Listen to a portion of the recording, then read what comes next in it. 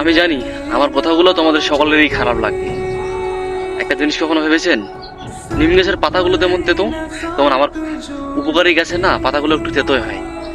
আমার কথাগুলোও ঠিক উপকারী সেই নিম গাছের মতোই না তেতো লাগবে অনেকের। আমি একটা কথা বলছি শুনে, এই পৃথিবীতে আমি সবসময় সফলতা সফল হওয়ার কথা বলে কেন বলি জানেন? কারণ আপনি সফল না হলে, আপনার কাছে টাকা না থাকলে না, এই পৃথিবীর কোনো মানুষই আপনাকে মূল্যায়ন করবে না।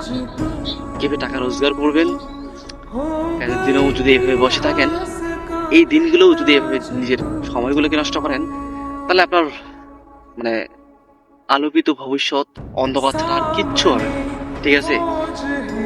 তবে অন্ধকারকে আলোকিত করার জন্য পরিশ্রম করতে হবে, একটু ধৈর্য ধরতে হবে, সঠিক পথে চলতে হবে। ঠিক আছে?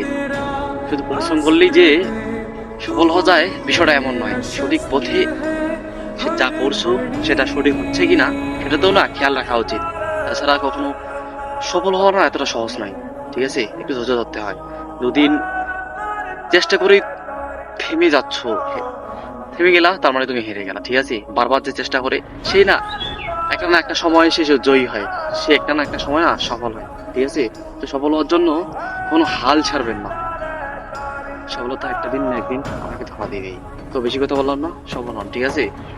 টাকা কামান, দেখবেন দেখবেন অনেক কিছু হবে, অনেক মানুষ আপনার সাথে সম্পর্ক করবে, গুরুত্ব দিবে।